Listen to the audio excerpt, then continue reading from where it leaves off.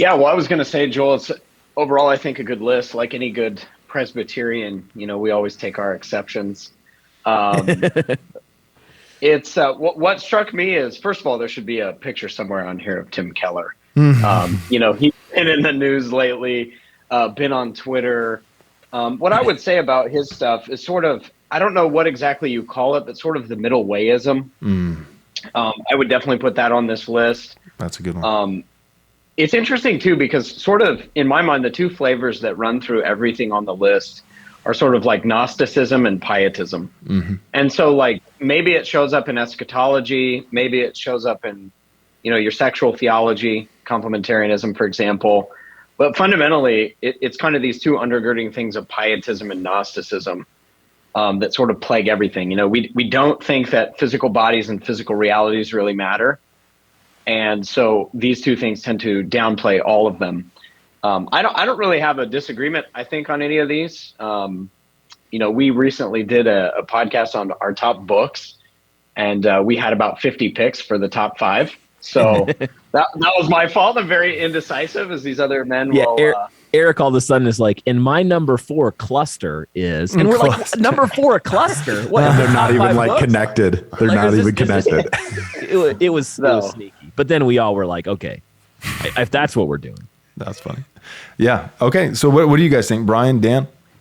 I would agree with your list in everything that's on there. I would find similar issues. And I think that the way that you framed the ones that I think people might have the most issue with who are closer to us would be Amillennialism and Complementarianism, where they might agree with a lot of the other stuff, but maybe not see what's happening in the amillennial instinct that we would object to and say, from the foundations, you are making yourself impotent.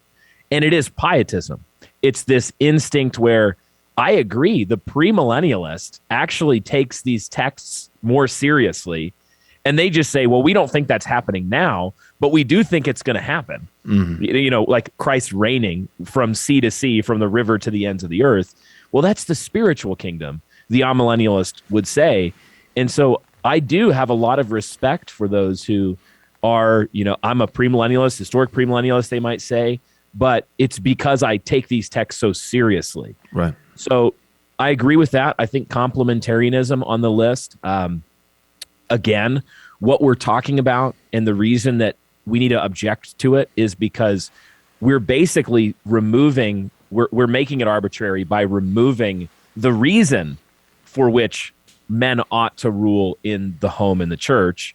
And we're just saying it was a coin flip instead of, no, God actually made something in the nature of maleness and in the nature of femaleness that will show up everywhere in every sphere of the world. Right. And when you lose that principle, you've really lost, everything in principle, and you're going to end up egalitarian eventually. Right. I always tell people with a home in the church, because it limits it to the home in the church. I always tell people, an amazing thing happened the other day. It was the Lord's Day, and my wife and I were leaving church, and we pulled out of the parking lot, and she still had breast. It blew my mind. It was unbelievable. Unbelievable. And I, for one, when I looked over at my wife in the seat, I was happy. Yeah. Yeah. Praise God. I sang the doxology again. You weren't even in the sanctuary. Right. One thing Save it for your other podcast, bro. You're welcome. Right. One thing I would add to the list, and I don't think you actually missed it. I think you included it in your things we've dealt with in like the prosperity gospel and charismania, but I would still add some kind of instinct of revivalism, where the church is conflating emotional response to spiritual things with spiritual maturity. And you would add to that like the decisionism, right? Like revivalism, decisionism. And I think that while we've probably in a lot of Reformed circles dealt with the formal issues of prosperity gospel and hyper-charismania, I don't think that we've properly or adequately dealt with the instinct that would say, well, how's your quiet time? And what they mean is like, how are your emotions? Rather than where a more mature Christian instinct, which would be to say, my faith is in the objectivity of God's work. Right. And his promises to me, I'm going to believe them and do my duties before God with as cheerful a heart as I can muster today by the grace of God. And I'm going to tell my emotions, kneel to King Jesus. So I still think that's part of, it's all wrapped up in effeminacy, this kind of like designing of the church service around emotionalistic responses. So there's a lot of these that the threads are interwoven. Yeah. And I would definitely add that. Wait. Real quick, before you go, do me a favor. Subscribe to our YouTube channel. Click the bell so you'll be notified with all our new content as it comes out on a daily basis. And if you're willing to support this ministry, you can do so by going to rightresponseministries.com/donate. Thanks so much. God bless.